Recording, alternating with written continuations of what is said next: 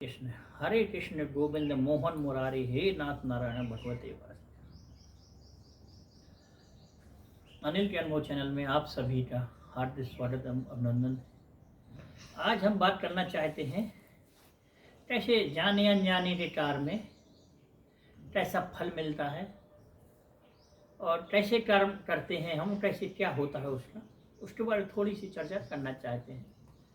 आप सब लोग जानते तो सब कुछ हैं, क्योंकि भारतवासी जो भारत में जन्म लिया जिसने, वो बच्चा बच्चा योग है, बच्चा बच्चा पूर्ण ज्ञानी है। बस उसमें निठार आने, ऐसे परम पूज्य महर्षि जी कहते हैं भारत का बच्चा बच्चा विश्व गुरु बनने के काबिल है, बस उसमें ज़रूरत है उसको निठार लाने की। तो इसलिए हम आपको थोड़ी सी एक कहानी और उदाहरण के द्वारा आपको समझाना चाहते हैं कि जाने अनजाने में कर्मों का कैसा हिसाब किताब होता है। बहुत पुरानी बात है, महाभारत काल की बात है। जब कौरव पांडव का युद्ध होता है, युद्ध चलता है, तो उसमें शुरुआत के दिनों में सेना नायक भीष्म पितामह जी होते हैं, और जब तक भीष्म पितामह जी रहते हैं तब तक कोई व्यक्ति दूसरा युद्ध नहीं कर सकता उनकी तरफ से। काफ़ी दिन युद्ध चलता, उसके बाद फिर वो बताते हैं कि अब इसका उपाय क्या है, क्योंकि उनसे कोई जीत नहीं सकता था। उनने स्वयं उपाय बताया कि ऐसा ऐसा करो जिसकी वजह से मैं ऐसा हो जाए। तो ऐसा शिखंडी को लाया गया और अर्जुन के द्वारा उन्हें तीर सैया में छेद के लिटाया गया। और दिन भर ऐसा तय हुआ था कि दिन भर युद्ध हो रहा है, सुबह शाम आदमी एक दूसरे से मिला पड़ेगा, हाल चाल जाने लगे, दबादारी होगी।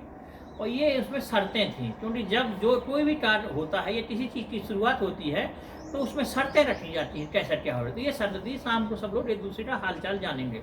तो जब वो भीष्म पितामह जी शीर सैया में लेटे थे, काफ़ी दिन हो गए, तो वहाँ पांडव के सहित श्री कृष्ण भगवान गए वहाँ पे देखने, उनसे मिलने, उनसे बात करने भीष्म पितामह जी से।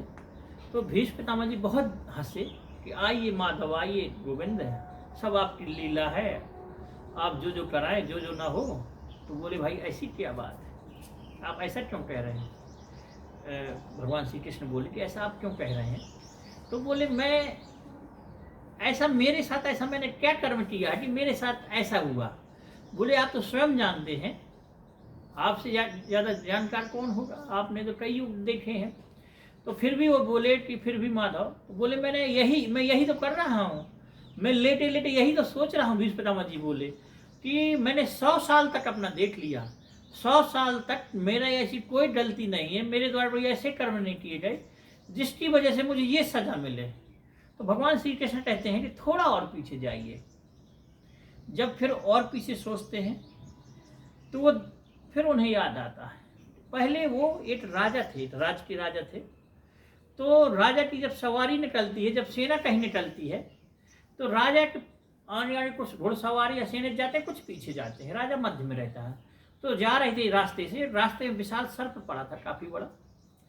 तो घुड़सवारों या सैनिक ने बताया कि महाराज ऐसी ऐसी बात है, अगर अपनी यात्रा वहाँ से निकलेगी तो सर्प की मृत्यु हो जाएगी या नुकसान हो जाएगा या अपनी सेना को नुकसान हो जाएगा। तो उनने राजा ने कहा कि ऐसा करो, उसको लकड़ी से या किसी चीज़ से फंसा के उसको एक तरफ कर दो, जिससे वो सेना निकल जाए। तो उनके जो सैनिक थे या जो भी थे, उन्होंने तीर से लिया और तीर से उसे उठा के ऐसे फेंक दिया। और जब सर्प को फेंक के सेना निकल गई, तो इसकी वजह से कृष्ण भगवान बताते हैं कि जब आपने वो सर्प फेंका तो वो सर्प जाके एक झाड़ी में गिरा, और कटीली झाड़ियों में गिरा। तो वो सर्प कांटों में, उसके शरीर में कांटे चुभ गए और वो सर्प उसमें फंस गया। और जैसे जैसे सर्प निकलने की कोशिश करता, वो कांटे और चुभते तो उनसे रक्त निकलता तो वहाँ पे चींटियाँ लग गईं। ऐसे कुछ दिनों बाद चींटियाँ इतनी ज़्यादा लग गईं कि उस सर्प की मृत्यु हो गई।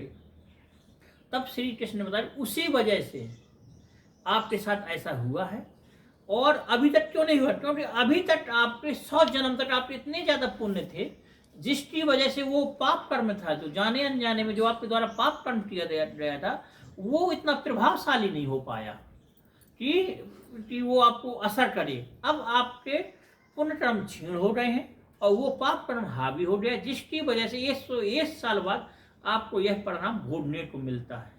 तो कहने का तात्पर्य यह है कि जाने अनजाने भी अगर कोई कार्य हो जाता है, उसका भी अपन को परिणाम भोगना पड़ता है। मतलब 100 साल, मतलब सदियों, मतलब वो कर्म कभी मिटता नहीं है, कर्म का लेट है जो मिटता नहीं है, कर्म तो भोगना पड़ेगा। चाहे जितने, जब तक, जब जब हमारे पुण्य रहेंगे तब तक वो कर्म, हमारे पाप कर्म हमें नुकसान नहीं, हानि पहुंचा सकते या उभर नहीं सकते। पुण्यों के द्वारा पाप कर्म कुछ समय तक दबे रहते हैं। जैसे भी हमारे पुण्य कमजोर होते हैं वो तुरंत उभर जाता है। कुछ लोगों को लगता है कि इसको कर्मों को फल तुरंत मिल जाता है, किसी किसी को बहुत लेट मिलता है। वो उसके पुण्य और कर्म, पाप के कर्मों से हिसाब से मिलता है। जितने जितने दिन जिसके कर्म रहते हैं उस हिसाब से उसको फल मिलता है। तो हम जाने अनजाने में कोई भी गलती करते हैं, हमें ऐसा करना चाहिए कि अपने मन कर्म वाणी से ऐसा कोई भी कार्य नहीं करना चाहिए जिससे दूसरे का अहित हो। क्योंकि अब ऐसा कई लोग अपना हित सोचते हैं। अपना हित तो हर व्यक्ति करता है, लेकिन ऐसा कार्य करें जिसमें अपना हित तो हो, साथ में दूसरे का भी अनहित ना हो। ऐसा कार्य करें कि अपना हित करें और दूसरा का अनहित ना हो, उसका भी कोई अपनी वजह से किसी व्यक्ति का ज़्यादा नुकसान ना हो। ऐसा कार्य करें अपना सोच समझ कि जाने अनजाने भी कर्मों का फल मिलता है। इसलिए कर्मों से बचने, फलों के बचने के लिए सत्कर्म करें और अपने कार्य को गति दें। जय श्री कृष्ण, जय राधे।